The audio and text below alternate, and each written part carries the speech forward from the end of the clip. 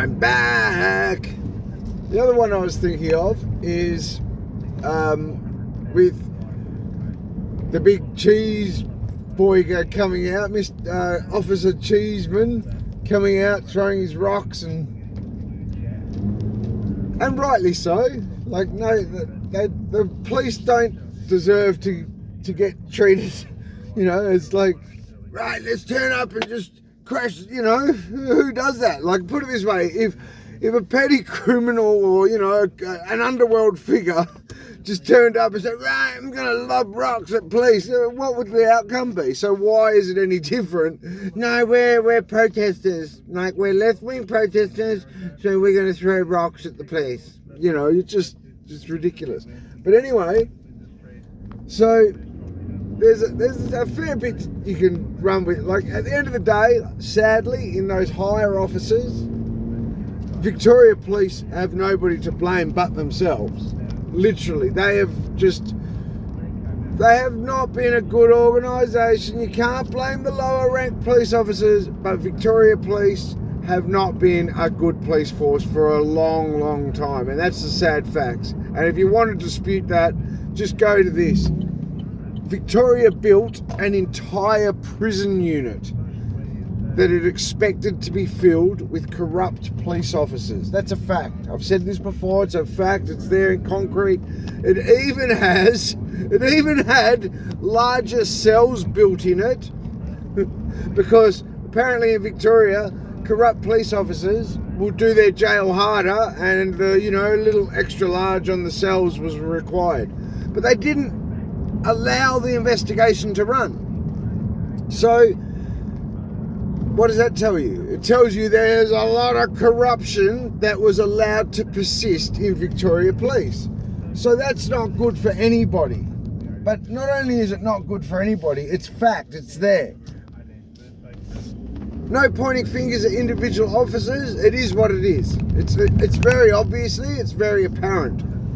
My point is, they got nobody to blame but themselves in a lot of regards. Then when you come into the Daniel Andrews era, and in particular COVID, where they were just like, be honest, you remember some of the footage there? They were more than happy to be Daniel Andrews, like almost Daniel Andrews Gestapo. They were more than happy. There's images of like women going, no, I don't believe them, bang, getting caved. Like, come on, mate. They were more than happy to be Daniel Andrews puppets, and that is what you're seeing now.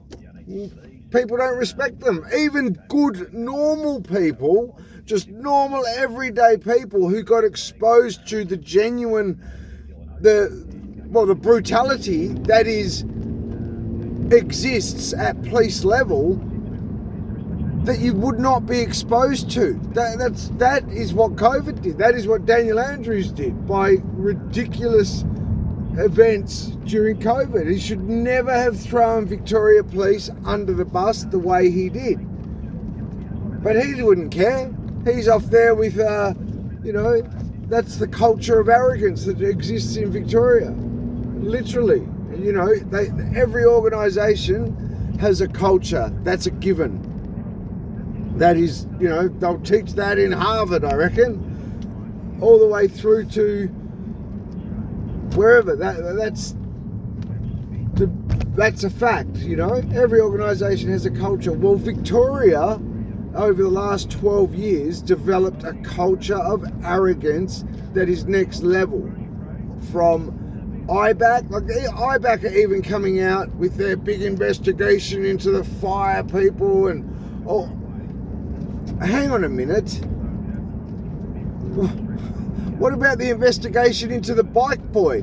What about the investigation into the drug-addicted women who were having their children, literally the children who had been removed from their care because of the drug-addicted mess their lives are in, were having those kids hung over them. You do this and you can have your child. They know I gave them. Me personally gave them the wheres, the ins, the outs, the names, the times, the how I knew, the where I knew. Nothing, sorry, can't find anything. Yet, here's this IBAC investigation into the big fire. Hang on, these fire people mustn't be on board. They clearly, the fire brigade, the fire department, mustn't be on board, which leads me to think that my hunch on Wayne Gatt, as confident and as well as he speaks, I don't know, my waters tells me otherwise on him. The only thing that would change that is if he wasn't around during Daniel Andrews' time. If Wayne Gatt was there with Daniel Andrews, well, there's half your problem. Speak soon, guys.